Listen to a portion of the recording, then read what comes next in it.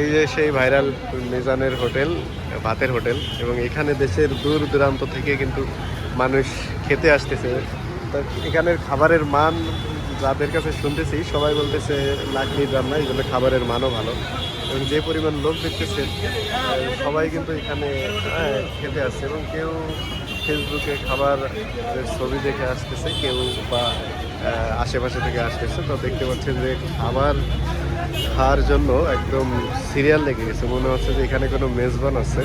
মূলত আসলে এখানে সেই মিজানের ভাইরাল যে হোটেলটা, সেই হোটেলেই খাবারের জন্য এখানে সিরিয়াল নিয়ে মানুষ দাঁড়িয়ে আছে তেলে খাতে করতে। এবং এখানে 100 টাকা দিয়ে আপনাকে প্রথমে একটি টোকেন নিতে হবে। টোকেন নেওয়ার পর আপনাকে নিজে হাত দিয়ে খাবারটা তুলে নিতে হবে। এবং দেখতে পাচ্ছেন যে অনেক লোক দাঁড়িয়ে আছে সিরিয়াল দিয়ে, এবং এখানে যে খাবারের জন্য সিরিয়াল লাগে এই প্রথম দেখলাম যে ফুটপাতের হোটেলে খাবারের জন্য সিরিয়াল লাগে।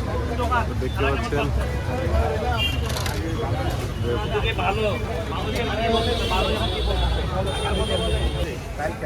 কালকে থেকে আজকে কত কেজি রান্না বান্না? আগের মাস করে আগের মধ্যে কত? 135 কেজি চাই, 135 কেজি চাল। গরুর মাংস 60 কেজি। 60 কেজি। আচ্ছা, আপনার কাছে মন খারাপ তাই নাকি? হ্যাঁ, শরীর অবস্থা ভালো না, আর আইছি। ডাক্তারকে দেখাইছেন? কি বলে জ্বর? ডাক্তার কেমন করতে না, যাই রাত 12টা বাজে। আচ্ছা, আপনার হাসানের দোকানের একটা ভিডিও দেখলাম। রাত 2:30 বাজে গেছিলাম, হায়দ্রাবাদে খাইতে গেছিলাম। কেমন হাসানের দোকানের খাবার কেমন? ভালোই, ভালোই। আপনার দোকানের খাবার ভালো না হাসানের দোকানের খাবার ভালো? এটাই ভালো। দুটাই ভালো। তা আপনার দোকানে লোক বেশি হয় কেন? জমি জমার কোনো আপডেট আছে? 10 তারিখে জমি মামলা করে উঠবো। ঢাকা শহর টকশো চলে, ভাই আমি বললাম আওয়ামী লীগের যাবে, আওয়ামী লীগের জমি ঠিক আছে, আওয়ামী লীগের লোকে আমার জমি খায়, এটা একটা অপরাধ। সুশীল বাবু আওয়ামী লীগ করতো, আমি কইছি এটা মানে দেশের ব্যাংকে যদি কয় আমি ব্যাংকে কইছি, কারণ এটা আমি মানে আমার জমি খাইতো আওয়ামী লীগের এক হাতির রংবাজ সুশীল বাবু। ওনার ওই কথা কইলে যদি উনি আমার বাড়িতে মাথা হাঁড়িয়ে লাই হাড়াক ফেলকে কি আমি কমু না? যদি আমার সাইডের বাড়ির মানুষের কয় যে আওয়ামী লীগের লোক নাম লোক না, ভাই আপনার দেশের বাড়ি কোথায় ভাই? উনি তো করছে আওয়ামী লীগ, এদিকে তো প্রশাসন আমার কাম ধরে না। আমি অনেক বুঝছি দুয়ারে দুয়ারে বইয়া দিচ্ছি। আমি কাজ করছি, আপনি কাজ করছেন।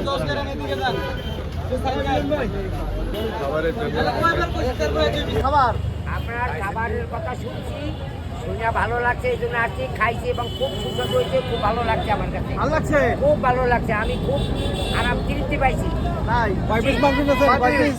আমি 1 পিস খাইছি, আপনি আপনি 4 পিস আলু খাইছি। গাজীপুর আপনাকে কইছি, আপনি কই বাংলা দিলাম আজকে একটা বাংলা আজকে বিস্তারিত কি লিখে আপনি প্রথম লটের খাবার শেষ হওয়ার পর দ্বিতীয় লট আবার রান্না করা হচ্ছে, এবং এখানে প্রতিদিন নাকি 60 কেজি মাংস এবং 120 কেজি চাউলের খাবার শেষ হয়। তো দেখতে পাচ্ছেন যে রান্নার কার্যক্রম চলতেছে, এবং আগে কিন্তু এই সব কার্যক্রম মিজান ভাই একাই পরিচালনা করতেন, কিন্তু ফেসবুকে ভাইরাল হওয়ার পর লোকের ভিড় বেশি দেখে এবং চাহিদা বেশি দেখে মিজান ভাই কিছু লোক এখানে রেখে দিতেন, তারা সহযোগিতা করেন মিজান ভাই।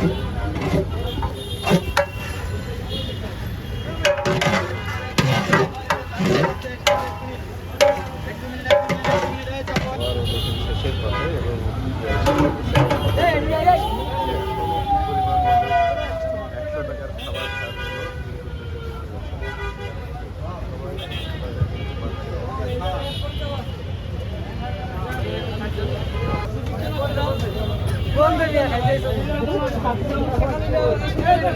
কোন জায়গা থেকে আসছেন? খুলনা থেকে আসছি ভাই, খুলনা থেকে আসছি। কোথা থেকে আসছেন? খুলনা থেকে আসছি ভাই, খুলনা থেকে 100 টাকা খুলনা থেকে আসছি খালি মিজান ভাই খাবার খাওয়ার জন্য ভাই। কিভাবে দেখছেন?